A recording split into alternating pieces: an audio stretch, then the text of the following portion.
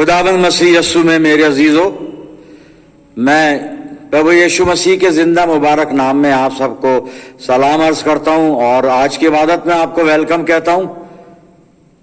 खुदा की बरकत, शफकत, रहमत हमेशा आपको महफूज रखे। मैं आपका शुक्रगुजार हूं, आप मेरे लिए दुआ करते हैं।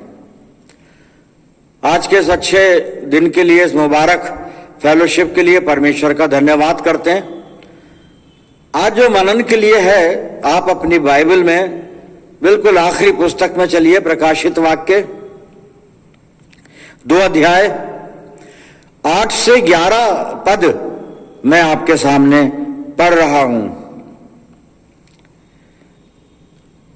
और स्मुरना की कलीसिया के फरिश्ते को ये लिख कि जो अव्वल और आखिर है और जो मर गया था और जिंदा हुआ, वो ये फरमाता है कि मैं तेरी मुसीबत और गरीबी को जानता हूं, मगर तू दौलतमंद है।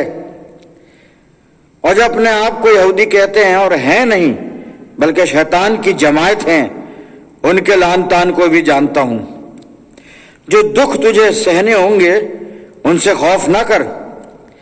देखो, इब्लीस तुम में से बास को कैद में डालने को है, ताकि तुम्हारी आजमाइश हो और 10 दिन तक मुसीबत उठाओगे।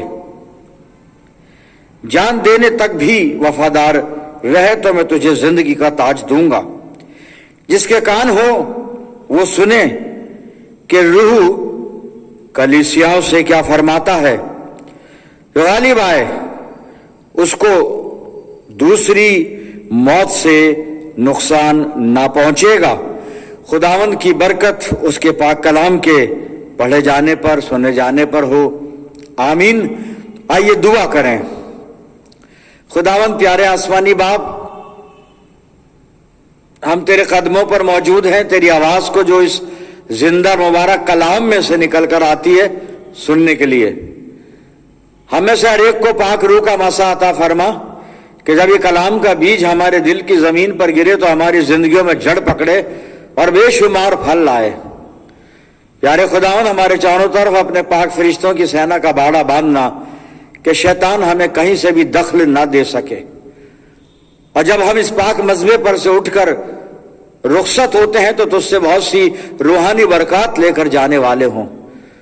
अपनी जिंदगियों को तेरे अधीन करते हैं और ये दुआ तेरे प्यारे इकलौते बेटे, अपने निजात देने वाले खुदावंद यीशु मसीह के जिंदा और मुबारक नाम के वसीले से मांगते हैं। सुन और कबूल कर ले। आमीन। अजीजों, एक बार फिर परमेश्वर का धन्यवाद करते हैं आज के अच्छे फेलोशिप के लिए। खुदावंद ने हमें मौका दिया, उसके कलाम को पढ़ें, सुने, समझें, सीखें, अपनी जिंदगियों में जज्ब करें। The book of Revelation chapter 2 verse 8 to 11, प्रकाशित वाक्य 2 8 से 11 मैंने आपके लिए पढ़ा था। एक बार फिर आप वहां पर चलें बाइबल में और इसकी 10वीं आयत के पहले हिस्से को देखें। प्रकाशित वाक्य 2 अध्याय और 10वां पद, 10वीं आयत और उसका फर्स्ट पोर्शन, पहला हिस्सा यहां पे लिखा है, जो दुख तुझे सहने होंगे उनसे खौफ ना कर। जो दुख तुझे सहने होंगे उनसे मत डर। ये आयत का हिस्सा है जिस पे हम थोड़ी देर के लिए आज मनन करने जा रहे हैं। जो दुख तुझे सहने होंगे उनसे खौफ ना कर। खुदावंद मसीह यीशु ने अपना फरिश्ता यूहन्ना के पास भेजा है। यूहन्ना पतमुस टापू में कैद है।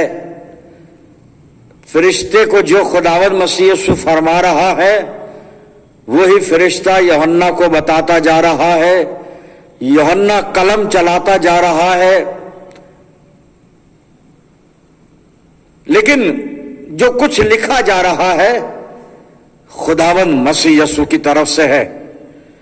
तो इसलिए अब मैं बोलूंगा कि यह खुदावंद मसीह यीशु कहता है, फरमाता है। मसीह यीशु ने 7 कलीसियाओं से खिताब किया है, बात की है प्रकाशित वाक्य में। स्मुरना की कलीसिया से बात कर रहा है खुदावंद मसीह यीशु और अपना इंट्रोडक्शन इस तरह से देता है कि जो अव्वल और आखिर, जो इब्तिदा और इंतहा है, जो शुरू है अंत है, अल्फा और ओमेगा जिसको हम कहेंगे, और जो मर गया था और जिंदा हुआ, वो तुझसे बात कर रहा है। यानी प्रभु यीशु मसीह तुझसे बात कर रहा है। किससे? इस मुन्ना की कलीसिया से। और बात जब उससे कर रहा है तो वो यहां पर 9 आयत में यीशु मसीह कहता है, मैं तेरी मुसीबत को और तेरी गरीबी को जानता हूं। मुसीबत यह है कि कलीसिया खुदावंद मसीह यीशु के लिए सैक्रिफाइस कर रही है, दुख उठा रही है। गरीबी भी है, गरीब भी है। तो मसीह यीशु कहता है, मैं तेरी मुसीबत को जानता हूं, तेरी गरीबी को जानता हूं।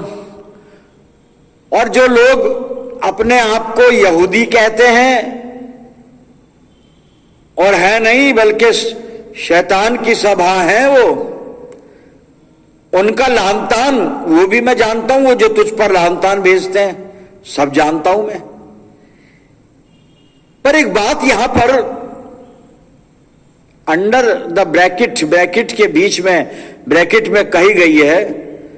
जब मसीह यीशु 9 आयत में कह रहा है ना, मैं तेरी मुसीबत और तेरी गरीबी को जानता हूं, लेकिन आगे वहां पे लिखा हुआ है, मगर तू दौलतमंद है, मगर तू धनी है, अमीर है तू। एक गरीब कलीसिया मुसीबत उठा रही है, सैक्रिफाइस कर रही है प्रभु यीशु मसीह के नाम के लिए, अपने विश्वास को बचाने के लिए। और खुदावंद मसीह यीशु कहता है कि फिर भी तू दौलतमंद है, फिर भी तू धनी है, अमीर है। क्यों? क्योंकि इस कलीसिया के पास खुदावंद मसीह यीशु है। मेरे अजीजों, हम जो मनन करेंगे 10वें पद के पहले हिस्से पर करेंगे, जो दुख तुझे उठाने हैं या उठाने होंगे उनसे खौफ ना कर, जो दुख तुझे सहने होंगे उनसे खौफ ना कर, जो कष्ट या दुख तुझे उठाने उनका भय, उनसे भय मत खा, उनसे डर मत। उनसे कलीसिया को आगे भी दुख सहने, लेकिन पहले थोड़ी सी वजाहत करना चाहूंगा मैं। कलीसिया गरीब है, मुसीबत उठाती है, जैसी कुछ भी है, पर एक चीज है, खुदावंद मसीह यीशु कहता है कि तू दौलतमंद है। मसीह यीशु की नजर में वो दौलतमंद है, वो कलीसिया दौलतमंद है कि जिस कलीसिया में खुदावंद मसीह यीशु रहता है। शायद सवाल आ रहे होंगे आपके जहन और दिल में कि यीशु मसीह तो हर कलीसिया में रहता है। आप तहकीकात करो, साहब कलीसिया खुदावंद मसीह यीशु की है? हां जी, बिल्कुल है, बिल्कुल है, बिल्कुल है, बिल्कुल है। ये घर खुदावंद मसीह यीशु का है, लेकिन हम खुदावंद मसीह यीशु को खुद अपने ऐमालों से अगर बाहर कर देते हैं, अपने बीच में से उसको निकाल देते हैं। देखो साहब, मैंने कई बार बताया है, इसी प्रकाशित वाक्य की पत्री में खुदावंद मसीह यीशु कलीसिया से कहता है, देख मैं द्वार पे खड़ा खटखटाता हूं, अभी अंदर नहीं आ रहे देरती कलीसिया, दरवाजे पे रोक रखा है, क्योंकि अंदर तो हम रहेंगे या खुदावंद मसीह यीशु आप रहेंगे? क्योंकि आप जहां रहते हैं हम कैसे रहेंगे? हमारे तो काम, हमारे काम, हमारी गवाही। बस मैं रोक देता हूं बात को अपनी, अब आप खुद समझ लीजिए। अपनी कमजोरियों को ना छुपाएं तो बेहतर है, अपने गुनाहों को, खताओं को, अपनी ढिठाई को, बदियों को ना छुपाएं तो बेहतर है। कलाम कहता है जो अपने गुनाह मान लेता है उन्हें छोड़ देता है, उस पर रहम किया जाएगा, उस पर फजल किया जाएगा। जी बात चल रही है, कलीसिया को यहां पे आगाह किया जा रहा है, सब कुछ होने के बाद भी 10वें पद के पहले हिस्से में, जो दुख तुझे सहने होंगे उनसे खौफ ना कर। बस मसीह यीशु एक मैसेज दे रहा है कि जो दुख तुझे सहने हैं, जो दुख तुम्हें उठाने हैं, उनसे डरने की जरूरत नहीं है। अजीज, दुख 2 तरह के हो सकते हैं। एक तो ये कि भार से परसिक्यूशन आए, सताव आए, एक दुख ये है, वो कहीं कहीं है, हर जगह तो नहीं है। लेकिन इससे बड़ा दुख यह है कि जब हम खुदावंद मसीह यीशु के साथ चलना चाहते हैं, दुनिया से किनारा कशी करनी होती है। खुदा से, दुनिया से एक साथ मोहब्बत नहीं रख सकते, और जब दुनिया को छोड़ना पड़ता है तो दुख होता है। जब दुनिया की बातें, दुनिया की अभिलाषाओं को छोड़ना पड़ता है तो दुख होता है, क्योंकि हमें बहुत सी ऐसी बातों में बहुत बड़े बड़े फायदे हो जाते हैं जिनमें झूठ बोलना पड़े, फ्रॉड करना पड़े, गलत बयानी करनी पड़े, गलत काम करने पड़े। लेकिन पास्टर साहब, फायदा तो उसमें बहुत होता है, हमें फायदा चाहिए नहीं, यीशु मसीह को मेरा आत्मिक जीवन चाहिए साहब। अगर मेरी रूहानी जिंदगी में खुदावंद मसीह यीशु है तो मैं धनी हूं। चाहे मेरे पास पैसा, प्रॉपर्टी, संपत्ति कुछ ना हो, गोल्ड ना हो, यीशु मसीह है, सब कुछ है, पूरी कायनात है मेरे पास। जो दुख तुझे सहने होंगे उनसे खौफ ना कर। मसीह यीशु के साथ जब चलते हैं सैक्रिफाइस करना पड़ता है, जब कुर्बानी करते हैं दुख होता है, जब दुनिया की अभिलाषाओं को छोड़ते हैं दुख होता है, जब अपने आप को गलत राह पर जाने से रोकते हैं दुख होता है, जब गलत लोगों की संगति से दूर होने की कोशिश करते हैं दुख होता है, जब गलत लोगों का साथ देने से इनकार करते हैं तब भी परसिक्यूशन आता है, वो लोग हमारे खिलाफ हो जाते हैं और शायद हम पर झूठा इल्जाम भी लगा दें, झूठा इल्जाम हमें लगा दें, हमें मुश्किल में डाल दें। अभी एक हवाला बाइबल हमें बताएगी आगे चलकर। मसीह जिंदगी में दुख जो है साहब एक आशीष का कारण है। वो कैसे? मैं एक हवाला अब पढ़ने जा रहा हूं, पतरस की पहली पत्री मैंने खोल ली है और इसका 5 अध्याय और 10 पद में इसका पढ़ूंगा। आप अपनी बाइबल में देखिए, यहां पे लिखा है, अब परमेश्वर जो सारे अनुग्रह का दाता है, जिसने तुम्हें मसीह में अपनी अनंत महिमा के लिए बुलाया, सुनिएगा, तुम्हारे थोड़ी देर तक दुख उठाने के बाद, तुम्हारे थोड़ी देर तक दुख उठाने के बाद, कौन? परमेश्वर जो सारे अनुग्रह का दाता है और जिसने तुम्हें मसीह में अपनी अनंत महिमा के लिए बुलाया, वो क्या कहता है, वो क्या करेगा हमारी जिंदगी में? पतरस बता रहा है, तुम्हारे थोड़ी देर तक दुख उठाने के बाद आप ही तुम्हें सिद्ध और स्थिर और बलवंत करेगा। खुदा करेगा, यह आशीष है। दुख उठाने के बाद की बरकत, 3 तरह की बरकत है मेरे अजीजों। एक तो है सिद्ध, परफेक्ट, एक है स्थिर, एस्टेब्लिश, और एक है बलवंत, स्ट्रेंथन। 3 बरकत है। थोड़ी देर क्लेश उठाने के बाद, थोड़ी देर दुख उठाने के बाद, थोड़ी देर दुख उठाने के बाद खुदा तुम्हें आप ही तुम्हें सिद्ध करेगा, स्थिर करेगा और बलवंत करेगा। यह बरकत है साहब। इसलिए मसीह यीशु इस स्मुरना की कलीसिया को कहता है, जो दुख तुझे सहने होंगे उनसे खौफ ना कर, क्योंकि दुख के बाद फिर बरकतें हैं, रात के अंधेरे के बाद सुबह का उजाला है, पतझड़ के मौसम के बाद मौसम बहार है, हरा ही हरा, फूलों का खिलना, खुशगवार हवाओं का चलना। पर उससे पहले पतझड़ आता है, पत्ते टूट के गिरते हैं, पेड़ बड़े बुरे दिखाई देते हैं, बिना पत्ते के उजड़े से खिजा रसीदा चमन दिखाई देता है। लेकिन उसके बाद भी बाहर आती है, कोपलें निकलती हैं, पत्ते निकलते हैं, खूबसूरत हरे रंग के फूल, फल, हर तरह के खूबसूरत फूल भारी भार भारी भार। ये कब तुम्हारे थोड़ी देर तक दुख उठाने के बाद खुदा आप ही तुमको सिद्ध कर देगा, स्थिर कर देगा, बलवंत कर देगा। और क्या चाहिए? ये तीन चीज ही इंसान ढूंढ रहा है। तीन चीज ही आदमी को, हर आदमी चाहता है परफेक्ट हो जाऊं मैं, भाई कमी ना रहा है कोई, और स्टेब्लिश हो जाऊं, कायम हो जाऊं, स्थिर हो जाऊं मैं, और फिर बलवंत भी रहना है मुझे, सबसे ऊपर सब मेरा आदर करें, सम्मान करें, मेरा खौफ कहें, यस बॉस, यस सर कहें मुझे, बलवंत। पर उनके सोर्स गलत होते हैं। यह बाइबल बता रही है आपको सिद्ध होना है, बाइबल की सुनिए। आपको स्थिर होना है, बाइबल की सुनिए। आपको बलवंत बनना है, बाइबल की सुनिए। मसीह यीशु के लिए क्लेश उठाने को तैयार हो जाइए। प्रभु यीशु के लिए, उसके नाम के लिए कुर्बानी, सैक्रिफाइस करना पड़ता है। बहुत सारी चीजें दुनिया की छोड़ देनी पड़ती हैं, दुनिया की चकाचौंध से बाहर आना पड़ता है। बड़ी खूबसूरत अभिलाषाएं भटकती रहती हैं, बाहर भी जहन में भी, उनको सबको तजना पड़ता है, अलग करना पड़ता है।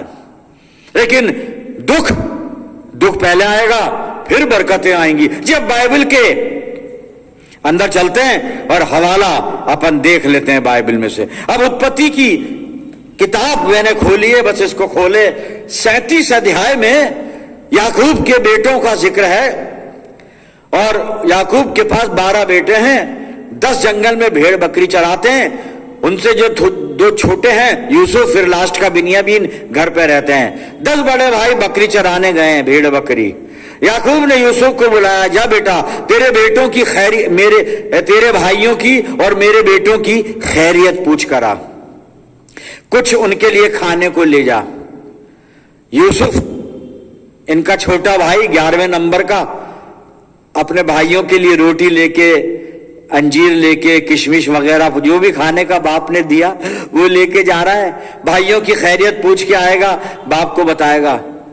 अच्छा यूसुफ, मैं बहुत सारी बातों को ज्यादा नहीं बताऊंगा क्योंकि कई बार ये जिक्र आ चुका है ना, बहुत कुछ जानते हैं। यूसुफ स्वप्न देखने आ रहा, ख्वाब देखता है यूसुफ, और ख्वाब नहीं देखता साहब, उसका मतलब भी जानता है। यूसुफ को ये एक गॉड गिफ्ट है। इसके 10 भाई इससे जलते हैं, और जब जंगल में पहुंचता है, मैं शॉर्ट कर रहा हूं, वो 10 भाई कहते हैं देखो ख्वाब देखने वाला आ रहा है, आज इसको मार देते हैं। ये हमको हर्ट करता है अपनी बातों से, आज इसको मारते हैं। खैर साहब, आज जब वो पास में आया तो मारने की तैयारी तो हो ही गई थी, लेकिन वहां पर रूबेन एक भाई है इन 10 में, वो इसको मारना नहीं चाहता, इसको बचाना चाहता है। वो एक सलाह देता है, भाई मारे नहीं अपन, इसके खून से हम अपने हाथ क्यों गंदे करें। एक यहाँ पे गड्ढा है और उस गड्ढे में पानी नहीं है, सूखा है, फेंक देते हैं। और रूबेन ये चाह रहा था कि मैं इसको बाद में निकाल के बाप के पास पहुंचा दूंगा। खैर जब ये यूसुफ आया, उन्होंने उसका अंगरखा उतारा और उसको डाल दिया घड़े में, और अंगरखे को बाद में एक बकरी के बच्चे के खून में सान कर, खून के अंदर डुबो के बाद में ले जाकर बाप को बताया कि कोई जंगली जानवर यूसुफ को खा गया। वो बात की कहानी है। हम तो सिद्ध, स्थिर और बलवंत इन चीजों को खोज रहे हैं यहाँ पे बाइबल में। खैर उसको गड्ढे में डाला, और जब खाना खाने बैठे तो वहां से इश्माइलियों का काफिला जा रहा था। और जब काफिला जा रहा था तो एक भाई और है, रूबेन तो बचाना चाह रहा था। अब यहूदा आएगा, यहूदा ने कहा भाई ऐसा करो, इसको मारे क्यों और यहाँ क्यों पटके, हो क्या फायदा। अभी इश्माइलियों का काफिला जा रहा है ना, ये तो ये कुछ सामग्री लेके मिस्र से जा रहे हैं, और कहीं से आ रहे हैं और मिस्र को जा रहे हैं। ये कहीं और से रहते और मिस्र को जा रहे थे, तो हम इनके हाथ बेच देते हैं। चांदी के 20 टुकड़ों में यूसुफ को सगे 10 भाइयों ने बेच दिया। यूसुफ मिस्र पे पहुंचाया गया। वहां पे इसको फिरौन के जो बॉडीगार्ड थे, अंगरक्षक थे, उनका जो हेड था प्रधान पोतीफर, उसने खरीद लिया, ले जाके घर में रखा, भाई घर का काम काज कर। कलाम बता रहा है कि पोतीफर की पत्नी की कुदृष्टि यूसुफ पे लगी। यूसुफ ने उसके साथ पाप करने से मना किया, जिसका रिजल्ट ये आया, अब दुख और ज्यादा बढ़ रहा है। अभी तो बिक रहा है भाइयों के हाथ, ये दुख भी खैर बहुत बड़ा है साहब। अपने ही अगर बेच दें तो फिर कैसा लगता है ना? फिर कैसा लगता है? फिर कैसा लगता है? मैं कुछ बोलना चाह रहा था, लेकिन चलिए अपना आप को रोक लेता हूं मैं और आगे चलते हैं और खुदा की तरफ देखते हैं कि खुदा क्या बुलवाएगा आगे चलकर। अब यहां पर उससे बड़ा दुख यह कि गुनाह नहीं करने पर, किसी की गलत बात नहीं मानने पर, किसी कौन पोतीफर की पत्नी की, सब उसको जेल में डाल दिया गया। मैं बिल्कुल उसको ब्रीफ में जेल में डाल दिया। अब जेल में पड़ा हुआ है। राजा के 2 नौकर हैं वहां पर, उन दोनों ने ख्वाब देखा, यूसुफ ने उनका अर्थ बता दिया, दोनों के अर्थ पूरे हो गए। जो साकी था, मैं पिलाता था राजा को ना, वो बचा लिया गया, रोटी जो बनाता था उसको मार दिया गया, और जो मैं पिलाता था वो चला गया। 2 साल के बाद राजा ने, फिरौन ने ख्वाब देखा, नील नदी के किनारे खड़ा है और नदी में से 7 पतली गायें निकली, उसके बाद मोटी गायें निकली और ऐसे वगैरह वगैरह, और बालें वो जो सब हम जानते हैं। 7 बालें गेहूं की निकली जो बड़ी अच्छी थी, और 7 बालें बड़ी मुरझाई और पुरवाई सी निकली। ये ख्वाब देख के राजा डर गया, और किसी ने इसके ख्वाब का अर्थ, पूरे मिस्र के दरबारियों ने, मंत्रियों ने, आलिमों ने, ज्योतिषियों ने नहीं बता सके। साकी ने कहा, जो पिलाने हारा था, कि राजा, अरे हम जेल में थे तो मेरे सपन का अर्थ एक आदमी ने बता दिया, और मेरा सपन बिल्कुल उसने जो बताया सच निकला, और तूने मुझे माफ करके वापस नौकरी दे दी, तूने रिस्टोर कर दिया मुझे। और राजा ने कहा, कौन है ये आदमी? कि साहब है यूसुफ नाम का। यूसुफ को बुलवाया, साहब तैयार करके राजा के सामने हाजिर किया। राजा ने अपना ख्वाब बताया, यूसुफ ने उसका मतलब बता दिया, और राजा के मतलब समझ में आ गया। अब साहब यूसुफ थोड़ी देर की दुख उठाने के बाद यूसुफ की जिंदगी में सिद्धता आ रही है, स्थिरता आ रही है, बलवंत बन रहा है। कैसे बन रहा है?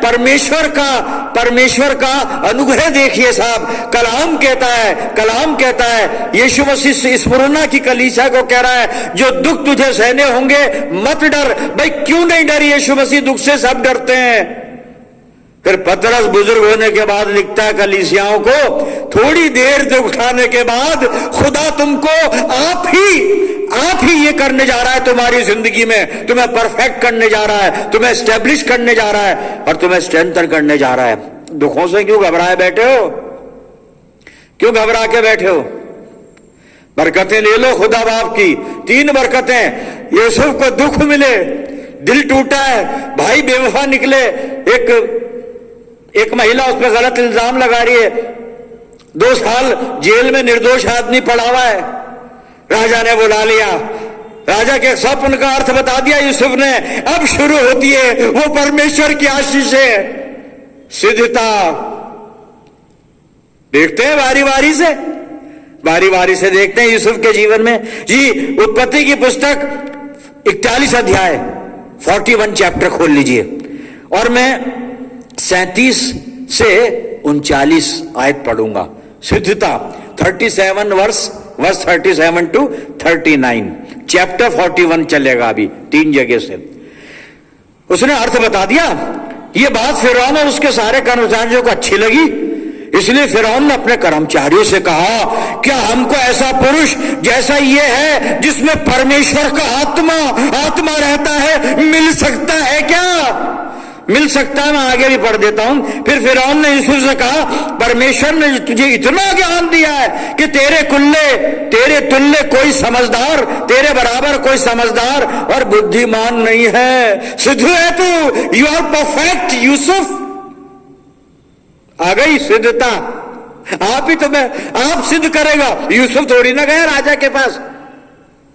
यूसुफ ने थोड़ा एडवर्टीजमेंट दिया कि मैं अर्थ बताता हूं, मुझसे पूछो। सपने का अर्थ बताने वाले बाबा आ गए सब। नहीं, आप ही खुदा करता है। ये सारी बरकतें परमेश्वर देता है।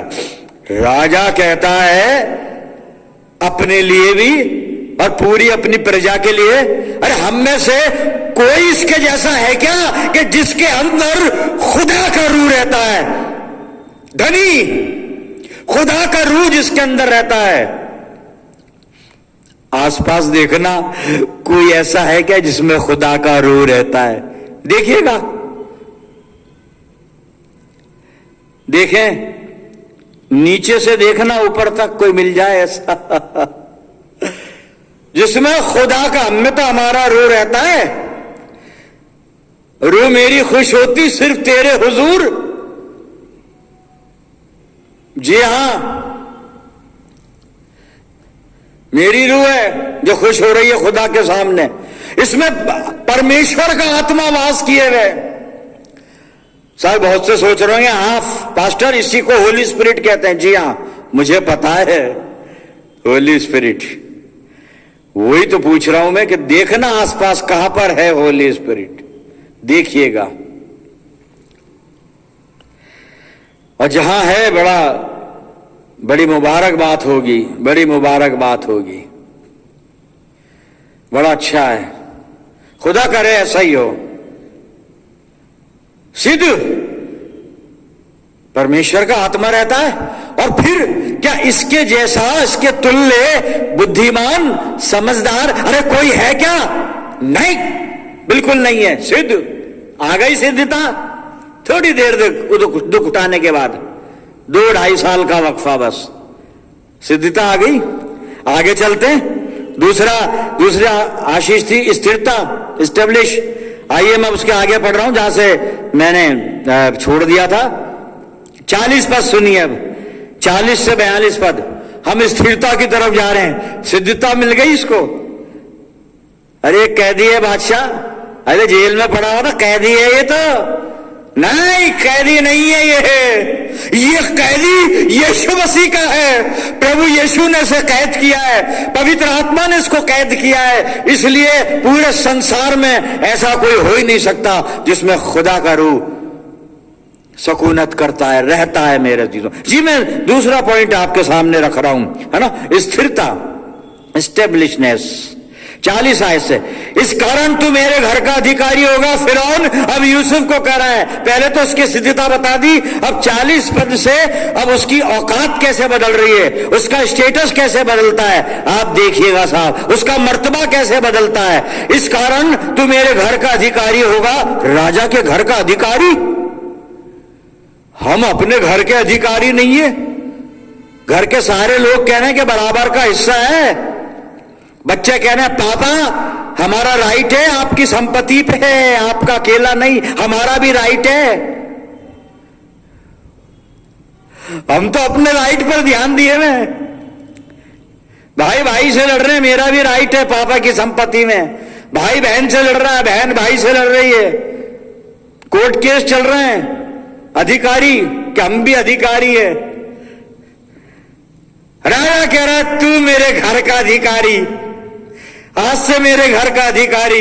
अब साहब इससे ज्यादा स्टैब्लिशनेस और क्या चाहिए, इससे बड़ी स्थिरता क्या होती है? एक राजा और राजा के घर का अधिकारी। सुनिएगा, अधिकारी होगा और तेरी आज्ञा के अनुसार मेरी सारी प्रजा चलेगी।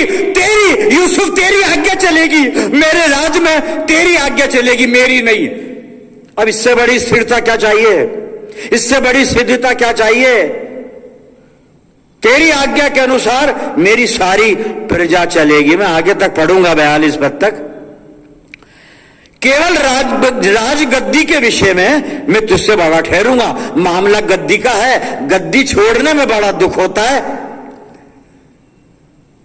गद्दी नहीं छूटती तो गद्दी कोई बात नहीं, तुझे दूसरी गद्दी मिलेगी, ऐसी बात नहीं।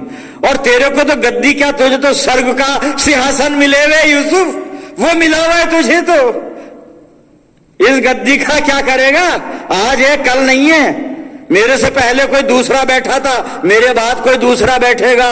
क्यों गद्दियों के पीछे बावले हो रहे पता नहीं।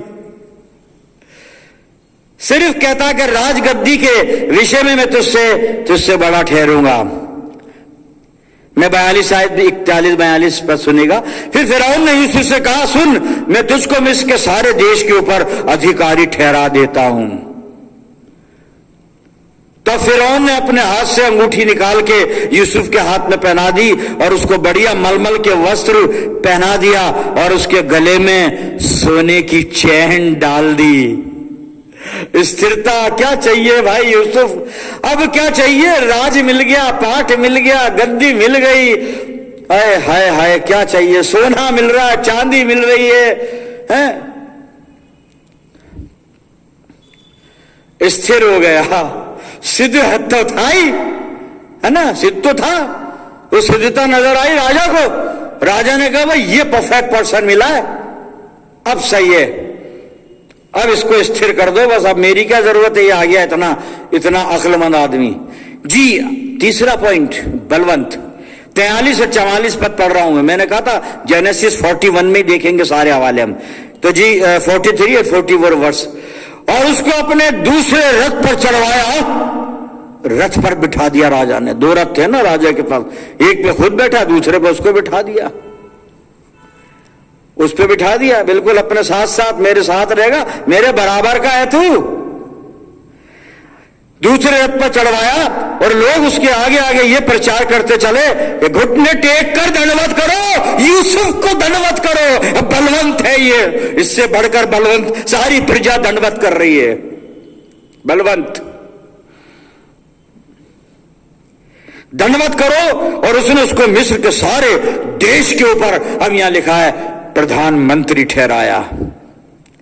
परमेश्वर आप ही तुम्हें थोड़ी देर दुख उठाने के बाद वो आप ही तुम्हें सिद्ध करेगा, स्थिर करेगा, बलवंत करेगा। अरे अपने आप को उसके सामने समर्पित कर दो, बस उसके साथ जीना शुरू कर दो, बस उसको अपनी नस नस में, रग रग में उतार लो यीशु मसीह को, बस इतना करना है। दुख वुख सब आएंगे, चले जाएंगे, चले जाएंगे।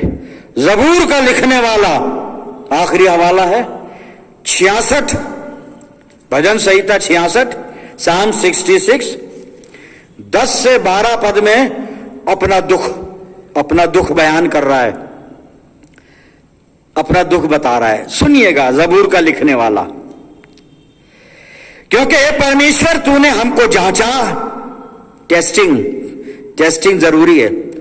तूने हमें चांदी के समान ताया, चांदी को ताते हैं, आग ताने के लिए आग में डाला जाता है चांदी को, तो कह रहा तूने हमें चांदी के समान ताया था, तूने ताया था कि जलाकर देखो कितना शुद्ध है और कितना अशुद्ध है। 11 पद, तूने हमको जाल में फंसाया, ट्रैप में। दुख है ना, आगे बरकत भी तो पाने जा रहा है, और हमारी कटी पर भारी बोझ बांधा था, कमर पे बोझ भी था। जी हां, तूने घुड़चड़ों को हमारे सिरों के ऊपर से चलाया। दुख है ये, हम आग और जल से होकर गए, इतने दुख। लेकिन इसी के बाद ही तो स्थिरता आएगी, इसी के बाद ही तो स्थिरता आएगी, और इसी के बाद ही तो बलवंत होंगे। जी मैंने जहां से पढ़ा था ना, उसके आगे से पढ़ रहा हूं, अब बरकत शुरू हो रही है। देखिए 12वीं आयत को मैं एक बार पढ़ के फिर उसको मिला लूंगा ना, समझ में आए। तूने घुड़चड़ों को हमारे सिरों के ऊपर चलाया, हम आग और जल से होकर गए, परंतु तूने हमको हमें उबार के, यहां पे लिखा है सुख से भर दिया है, हमें उबार के सुख से भर दिया है। थोड़ी देर दुख उठाने के बाद स्मुरना की कलीसिया, जो दुख तुझे सहने होंगे ना, उनसे खौफ ना कर, मत डर, क्योंकि पतरस भी यही कहता है कि तुम्हारा परमेश्वर तुम्हारे थोड़ी देर दुख उठाने के बाद आप ही तुम्हें सिद्ध करेगा, स्थिर करेगा, बलवंत करेगा। हो गया, कहता तूने हमें उबार कर सुख से भर दिया, तूने हमें उबार कर सुख से भर दिया। आ गया साहब, अब सुख ही सुख है, ठीक है, अच्छी बात है। और शायद हम में से बहुत सौ की गवाही हो कि नहीं, हमने दुख उठाए तो खुदा ने हमें बरकतें दी। बहुत अच्छी बात है साहब, बहुत अच्छी बात है, मैं सहमत हूं आपसे, एग्री करता हूं, 100% एग्री करता हूं। आप में से बहुत से जिन्होंने यीशु मसीह के लिए कष्ट उठाए और आपको बहुत आशीषें दी हैं उसने, पर एक काम बाकी है अभी, वो करना है, और कर दिया तो बहुत अच्छी बात है, और नहीं करा तो याद दिला देता हूं मैं, और उसके बाद प्रार्थना करेंगे। अब तूने हमें सुख से भर दिया, अब क्या करें? अगर जिंदगी में सुख है तो क्या करें जी? 13 वापस सुन लीजिए, मैं होम बलि लेकर तेरे भवन में आऊंगा, खुदा के घर में आ जाएं।